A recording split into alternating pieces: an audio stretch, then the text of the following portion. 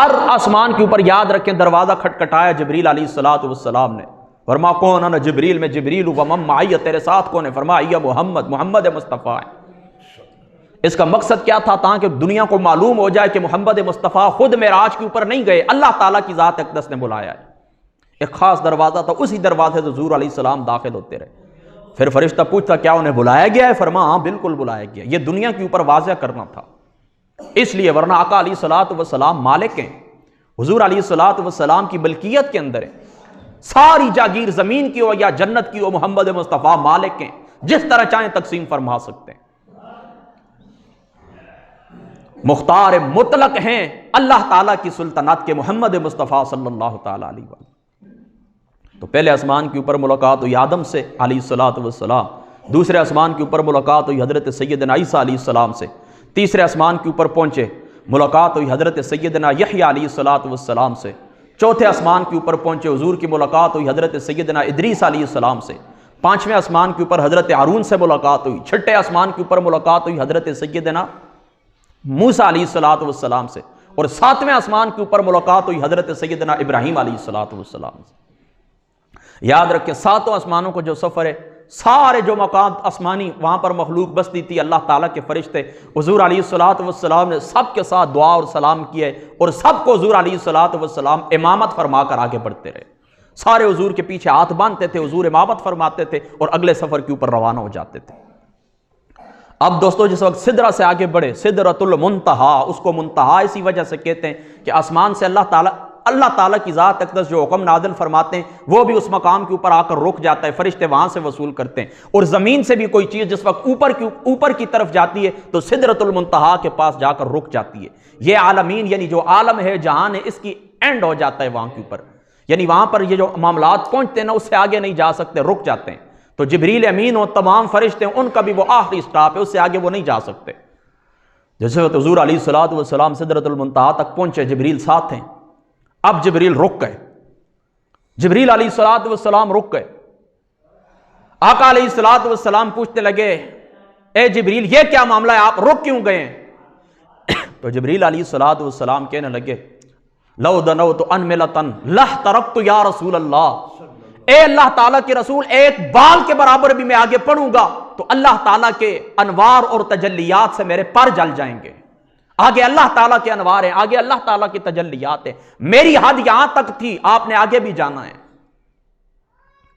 پھر حضور علیہ الصلوۃ والسلام فرماتے ہیں رف رف لایا گیا، حضور علیہ السلام اس کے اوپر سوار ہوئے، رف رف کے اوپر حضور علیہ السلام سوار ہوئے۔ پھر رف رف بھی ایک مقام کے اوپر پہنچ کر رک گیا، حضور محمد مصطفیٰ بقع نور کے اوپر حضور علیہ السلام سوار ہوئے۔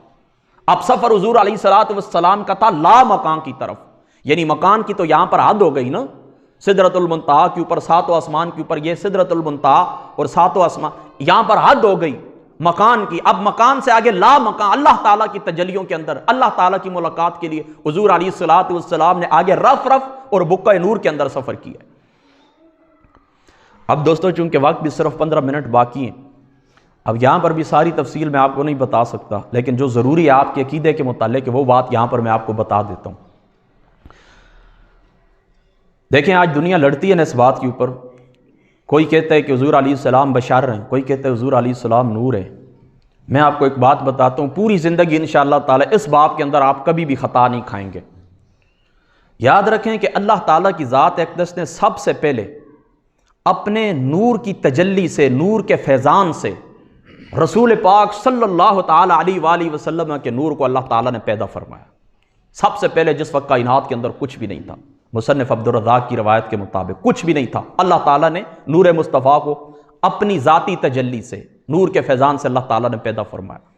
اب جب حضور پیدا ہو گئے نا، وہ نور پیدا ہوا، لاکھوں سال تک وہ نور اللہ تعالیٰ کی عبادت کرتا رہا، لاکھوں سال تک وہ اللہ تعالیٰ کی عبادت کے اندر وہ نور مشغول رہا۔ اسی نور کو اللہ تعالیٰ نے تاج و تخت ختم نبوت یعنی حضور علیہ السلام خاتم النبیین بنے۔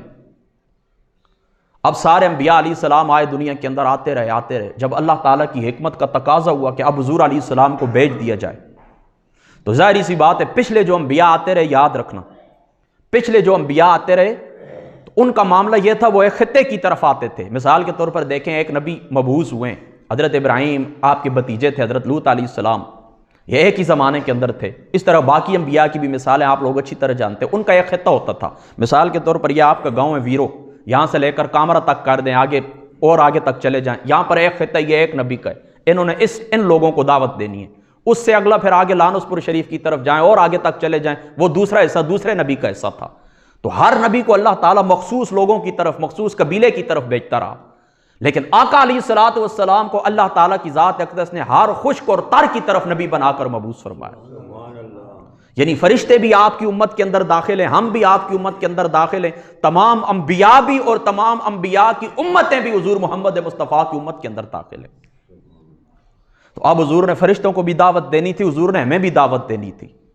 تو وہ جو نور اللہ تعالیٰ نے سب سے پہلے پیدا فرمایا ہے نا، اس نور کو اللہ تعالیٰ نے دو چادریں عطا فرمائی ہیں، ایک چادر بشریت کی اور ایک چادر نورانیت کی۔ کیسے؟ دیکھیں یہاں پر میں آپ کو بات بتا رہا ہوں یا سمجھا رہا ہوں تو اس لیے کہ آپ اور میں ایک جن سے تعلق رکھتے ہیں، آپ بھی جن سے بشر ہیں، میں بھی جن سے بشر ہوں، لہذا فائدہ اٹھانے کے لیے اور فائدہ دینے کے لیے، افادہ اور استفادہ کے لیے ہم جنس ہونا ضروری ہے۔ دیکھیں کفاروں نے اعتراض نہیں کیا، وہ کہتے ہیں اللہ تعالیٰ نے آپ کو نبی بنایا، حضور علیہ السلام کے اوپر اعتراض کرتے تھے اللہ تعالیٰ نے کسی فرشتے کو نبی کیوں نہیں بنایا؟ تو اللہ تعالیٰ نے اس کا جواب یہ دیا ہے کہ اگر میں فرشتے کو بھی نبی بنا کر بھیجتا تو انسانی شکل کے اندر ہی وہ آتے۔ فتمثل لہا بشرا سویا، حضرت جبریل جس وقت آئے تھے مریم کے پاس علیہ الصلوۃ والسلام کے پاس، انسانی شکل کے اندر آئے تھے، ورنہ اگر نوری شکل کے اندر فرشتہ یہاں پر آئے آپ کو خطاب کرے، آپ ظاہری سی بات ہے تاب ہی نہیں لا سکتے نورانی کرنوں کے، آپ جل کر خاک ہو جائیں گے۔ تو اگر فرشتے کو بھی اللہ تعالیٰ بھیجتا تو اللہ تعالیٰ کی ذات اقدس چادر ان کو بھی عطا فرماتے بشریت کی، تاکہ آپ لوگ فائدہ اٹھا سکے، ورنہ آپ کو دعوت کس طرح دے سکتے؟ تو بشریت کی چادر اس نور کے اوپر اللہ تعالیٰ نے اڑائی ہے، کیوں؟ تاکہ آپ لوگوں کو دعوت دیں۔ لوگ دیکھتے ہیں کہ ہماری طرح ہیں، کھاتے بھی ہیں، پیتے بھی ہیں، چلتے بھی ہیں، کاروبار بھی کرتے ہیں، شادیاں بھی کرتے ہیں، تو قریب آتے ہیں تو اللہ تعالیٰ کا پیغام سنتے ہیں۔ اب فرشتہ اپنی اصلی شکل کے اندر آ جائے، حضور فرماتے ہیں میں نے 2 مرتبہ دیکھا ہے، مسلم کی روایت کے مطابق 2 مرتبہ میں نے جبریل کو دیکھا، فرماتے ہیں اس کے 600 پر ہیں۔ تو مجھے بتائیں، فرماتے ہیں پر بھی ایسے ہیں کہ مشرق اور مغرب کو ڈھانپا ہوا ہے، تو اصلی شکل کے اندر فرشتہ آپ کو کس طرح آ کر تعلیم دے سکتا ہے؟ دوسری بھی مثال میں آپ کو سمجھا دیتا ہوں۔ دیکھیں یہاں پر صرف اور صرف چھوٹے بچے بیٹھے ہوئے ہیں، چھوٹے بچے، نرسری اور پریپ، یعنی پہلی کلاس دوسری کلاس کے بچے۔ تو یہاں پر میں ممبر کے اوپر بیٹھ جاؤں اور میں ایم اے کلاس کا جو نصاب ہوتا ہے وہ پڑھنا شروع کر دوں، فلسفے کی باتیں کروں، حکمت کی باتیں کروں، ڈاکٹری کی باتیں کروں، حکیمانہ باتیں کروں، مجھے بتاؤں بچوں کو کیا سمجھ آئے گی؟ کچھ بھی سمجھ نہیں آئے گی۔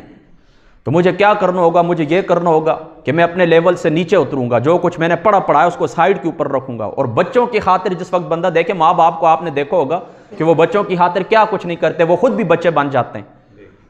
دیکھیں وہ گھوڑے کی طرح بن جاتے ہیں، کہتے ہیں بچوں کو اوپر بٹھا لیتے ہیں، یعنی بچوں جیسی ان کے ساتھ حرکتیں کرتے ہیں، تب بچے مانوس ہوتے ہیں۔ تو اگر میں اس طرح کی باتیں کروں بچوں کو کیا سمجھ آئے گی؟ کچھ بھی نہیں۔ اسی طریقے سے اگر یہاں پر سارے لوگ ڈاکٹر ہیں، M B B S doctor بیٹھے ہوئے ہیں، علماء بیٹھے ہیں، تاجر بڑے بڑے لوگ ہیں، ذہین فتین لوگ ہیں، اور ان کے سامنے میں ممبر کے اوپر بیٹھ کر الف با تا سا پڑھنا شروع کر دوں، تب بھی غلط بات ہے۔ تو افادہ اور استفادہ کے لیے کیا ہوتا ہے؟ ہم جنس ہونا ضروری ہوتا ہے۔ تو اللہ تعالیٰ نے ذات مصطفیٰ کے اوپر بشریت کی چادر پہنائی تاکہ ہمیں فائدہ پہنچائیں، ہم ان سے تبلیغ لیں، حضور علیہ السلام کے احکامات سنیں۔ اور اللہ تعالیٰ نے ذات مصطفیٰ کو نورانیت کی چادر عطا فرمائی، کیوں؟ کہ فرشتوں کو تعلیم دے سکیں۔ اور ایک حضور محمد مصطفیٰ کی حقیقت، وہ جو میں آپ کو پہلے بتا چکا ہوں کہ ساری کائنات سے پہلے اللہ تعالیٰ نے ذات مصطفیٰ کے نور کو پیدا فرمایا۔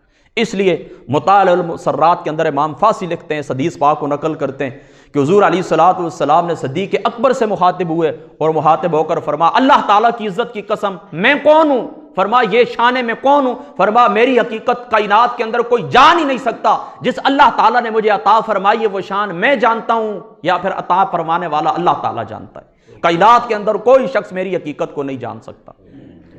تو یاد رکھیں حضور علیہ الصلوۃ والسلام بشر بھی ہیں، نور بھی ہیں، لیکن یہ دو حضور علیہ الصلوۃ والسلام کی صفتیں، اصل حضور محمد مصطفیٰ کی جو نورانیت ہے، جو تعین اول ہے، کائنات کے اندر کوئی بندہ اس رات کو جان ہی نہیں سکتا۔ تو یہ دو حضور کی شانیں، بس سادی سی بات رکھیں، بشریت بھی حضور کی شان ہے، نورانیت بھی حضور کی شان ہے، اصل محمد مصطفیٰ کی جو حقیقت ہے وہ اللہ کے علاوہ کوئی نہیں جانتا۔ تو اب بات کہاں پر پہنچی؟ یاد رکھیں حضور علیہ الصلوۃ والسلام کی یہ جو دو حیثیتیں بشری حیثیت کا رخ آپ کی طرف ہے اور نورانی حیثیت کا رخ فرشتوں کی طرف ہے، اور جو حقیقت کا رخ ہے وہ اللہ تعالیٰ کی طرف سے، یعنی حقیقت کے لحاظ سے محمد مصطفیٰ خدا سے فیض لیتے ہیں، اور نورانیت کے لحاظ سے فرشتوں کے اندر تقسیم فرماتے ہیں، اور بشریت کے لحاظ سے حضور محمد مصطفیٰ مجھے اور آپ کو فیض عطا فرماتے ہیں۔ حقیقت کے رخ سے اللہ سے فیض لیتے ہیں، نورانیت کے رخ سے وہی فیض فرشتوں کو دیتے ہیں، اور اسی طریقے سے بشریت کے رخ سے وہی فیض مجھے اور آپ کو عطا فرماتے ہیں۔ پھر بھی اگر آپ کو سمجھ نہیں ہے میں آپ کو سمجھا دیتا ہوں۔ دیکھیں میں نے جو دو لفظ پڑھے ہیں، جو پڑھے تقریباً 8-10 سال میں پڑھتا رہا ہوں، میں نے جو کچھ پڑھے، اب ظاہر سی بات ہے کہ ہر خطے کے لوگوں کے پاس میں جاتا ہوں تو میں جاتا ہوں ان کی بولی کے اندر بات کرتا ہوں۔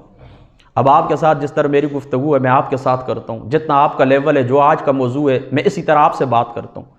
لیکن اس طریقے سے کبھی کبھی اس طرح ہوتا ہے خواتین کے ساتھ بھی بات کرنا پڑ جاتی ہے، تو اب ظاہری سی بات ہے کہ جس طرح میں آپ کو مخاطب کر سکتا ہوں تو اس طرح تو ظاہری سی بات ہے ان کو مخاطب نہیں کر سکتا۔ ان کو زیادہ سے زیادہ یہی بتاتا ہوں اپنے خاوند کا ادب کریں، ماں باپ کا ادب کریں، اپنے گھر کا خیال رکھیں، بچوں کی تربیت کے اوپر توجہ دیں، بچوں کی صفائی ستھرائی کا خیال رکھیں، گھر کی صفائی ستھرائی کا خیال رکھیں، یہ لیول ہوتا ہے۔ تو بس یہ دو حصے ہیں حضور علیہ السلام کی ذات اقدس کی، دو شانیں ہیں جو اللہ تعالیٰ کی ذات اقدس نے آپ کو عطا فرمائیں۔ اب یہ معراج کے 3 حصے میں نے آپ کے سامنے بیان کیے، غور کرنا اس بات کے اوپر، اور ہو سکتا ہے بس اسی کے اوپر ہمارا وقت بھی پورا ہو جائے۔ پہلا حصہ کون سا تھا کہ حضور علیہ السلام شروع ہوئے مسجد حرام سے مسجد اقصیٰ تک حضور آئے، یہ حضور علیہ السلام کی بشری حیثیت کا سفر تھا۔ زمین کے اوپر جو حضور نے سفر کیا بشری حیثیت سے کیا، براق کے اوپر سوار ہوئے مسجد اقصیٰ کے اندر آئے۔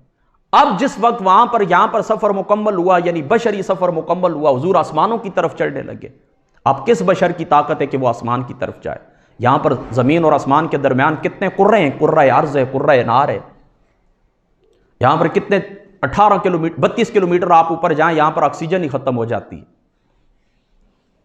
تو یہ جو حضور علیہ السلام کا سفر تھا، یعنی مسجد اقصیٰ سے پھر سدرۃ المنتہا تک، یہ جو حضور علیہ السلام نے سفر کیا، یہ حضور علیہ السلام کی نورانیت کا سفر تھا۔ تب تو فرشتے ساتھ تھے نا، حضرت جبریل علیہ السلام، تو مسجد اقصیٰ کے اندر امامت کروا کر حضور علیہ السلام کی ذات اقدس نے جو بشریت کی چادر تھی وہ اتار دی، اور حضور محمد مصطفیٰ صلی اللہ تعالیٰ علیہ وآلہ وسلم سدرۃ المنتہا تک نورانی حیثیت سے تشریف لے گئے۔ جب سدرۃ المنتہا تک پہنچے تو حضور علیہ السلام نے نورانیت والی چادر بھی اتار دی۔ آگے جو سفر کیا اللہ تعالیٰ کی قربتوں کے اندر گئے، وہ حقیقی حیثیت سے گئے، محمد مصطفیٰ خدا کی بارگاہ کے اندر گئے تو حقیقت کے رخ سے سفر کیا، حقیقت محمدیہ نے آگے سفر کیا۔ تو بشریت کی چادر اتار دی زمین کے اوپر۔ جب آسمانی سفر ہوا تو آسمانی سفر کے اوپر حضور علیہ السلام نے نورانیت کے ساتھ سفر کیا، لیکن جب سدرۃ المنتہا تک پہنچ کر یہ چادر بھی اتار دی، آگے جو سفر تھا حقیقت کا سفر تھا۔ لہذا یاد رکھو، جو بندہ منکر ہو معراج شریف کا، یعنی مسجد اقصیٰ سے مسجد حرام سے مسجد اقصیٰ تک، وہ بندہ دار اسلام سے خارج ہے، کیونکہ قرآن کی ناسخ قطعی ہے، سبحان الذی اسریٰ بعبدہ لیلا من المسجد الحرام الی المسجد الاقصیٰ، یہ قرآن کی ناسخ قطعی ہے۔ لہذا بندہ جو یہاں تک سفر کا انکار کرے وہ دار اسلام سے خارج ہے۔ آگے جو حضور نے آسمانوں کا سفر کیا، یہ حدیث صحیح ہے، حدیث مشہور ہے، اور احادیث مشہورہ ہیں، تواتر کے ساتھ ثابت ہے۔ اور ان کا جو انکار کرے، یعنی حضور علیہ السلام کا جو معراج آسمانی ہے، اس کا انکار کرے تو وہ بندہ کافر تو نہیں لیکن سخت قسم کا گمراہ ہے، کیونکہ احادیث مشہوروں کو رد کرتا ہے۔ پھر آگے جو حضور کا یعنی سدرۃ المنتہا سے آگے جو حضور محمد مصطفیٰ کی حقیقت کا سفر ہے، تو یہ وہ حدیث مبارکہ ہیں جو خبر واحد ہیں اور بعض صوفیاء نے ان کو نقل کیا ہے۔ لہٰذا ان کا جو منکر ہوتا ہے وہ دار اسلام سے خارج بھی نہیں ہوتا، گمراہ بھی نہیں ہوتا، لیکن اشد قسم کا گناہگار ضرور ہے، اشد قسم کا فاسق ضرور ہے کہ حدیث کو رد کرتا ہے۔ تو یہ 3 سفر ہیں حضور محمد مصطفیٰ صلی اللہ، 3 حیثیتیں ایک سفر کی۔ اب دوستو، اللہ تعالیٰ کی ذات اقدس سے ملاقات ہوئی، جب ملاقات ہوئی راز اور نیاز کی باتیں ہوئی ہیں۔ اللہ تعالیٰ حضور علیہ السلام فرماتے ہیں، قرآن پاک کے اندر بھی آتا ہے فَأَوْحَىٰ إِلَىٰ عَبْدِهِ مَا أَوْحَىٰ، اللہ تعالیٰ کی ذات اقدس نے پھر جو کچھ حضور محمد مصطفیٰ کو عطا فرمانا تھا عطا فرمایا ہے۔ اور نمازیں کتنی عطا فرمائیں یہ بھی میں آپ کو بتاتا ہوں۔ اس طرح ہوا کہ حضور علیہ السلام جس وقت واپس پلٹنے لگے، یعنی واپس زمین کی طرف آنے لگے، تو آقا علیہ السلام کی یہ جو چشمان نبوت ہیں، ان سے آنسو ٹپک پڑے، رو پڑے حضور علیہ السلام۔ تو اللہ تعالیٰ پوچھنے لگے، اے میرے پیارے حبیب محمد مصطفیٰ صلی اللہ تعالیٰ علیہ وآلہ وسلم، آپ روتے کیوں ہیں؟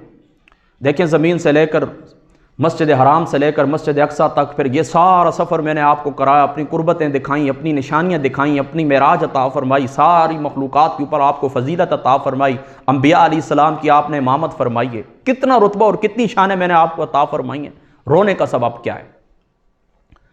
تو حضور علیہ الصلوۃ والسلام کہنے لگے روتا اس لیے ہوں کہ میں واپس جب جاؤں گا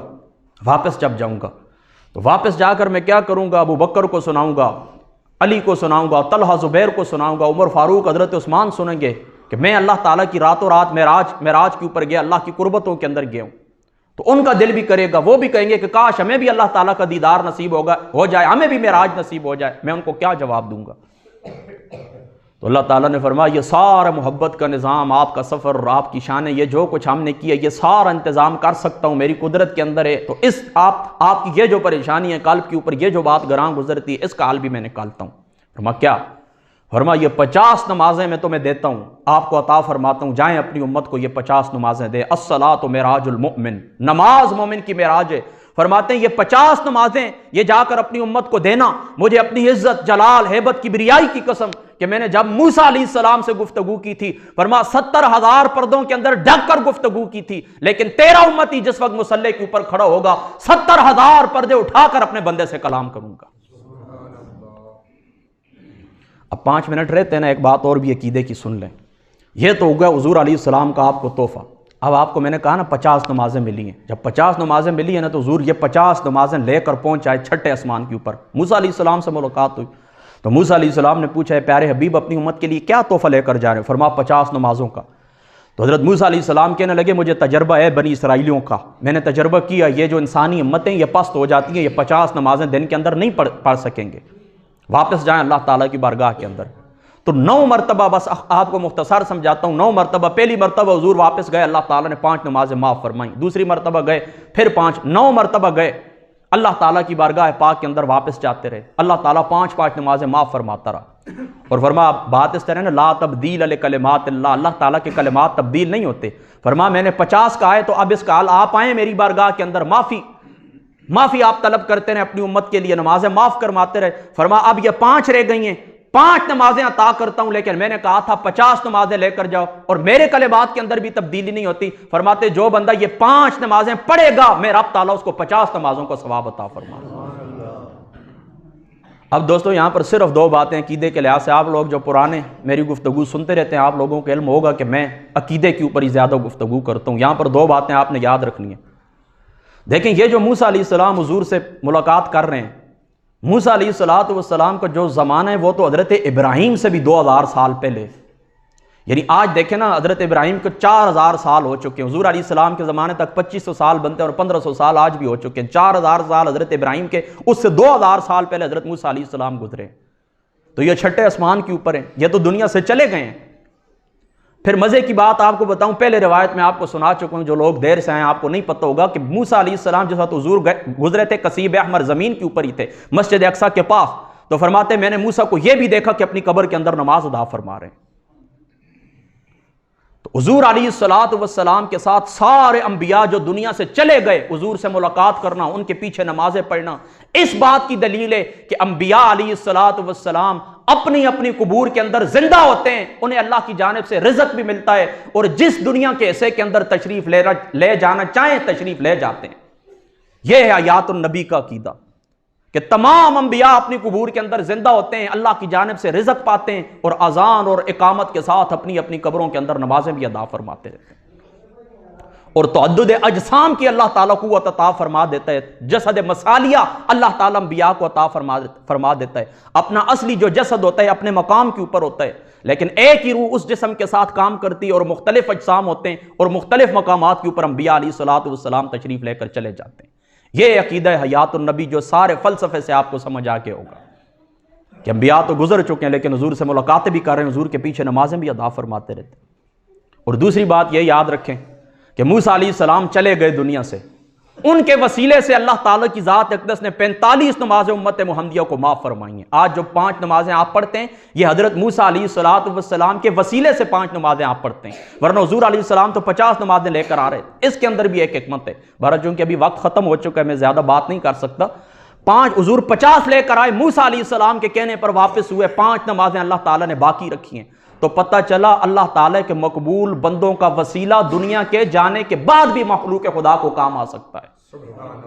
یعنی اللہ کے بندے دنیا سے چلے جاتے ہیں پھر بھی ان کا وسیلہ اللہ تعالیٰ کی بارگاہ کے اندر کام کرتا ہے۔ یہ عقیدہ وسیلہ اور وہ عقیدہ یات النبی۔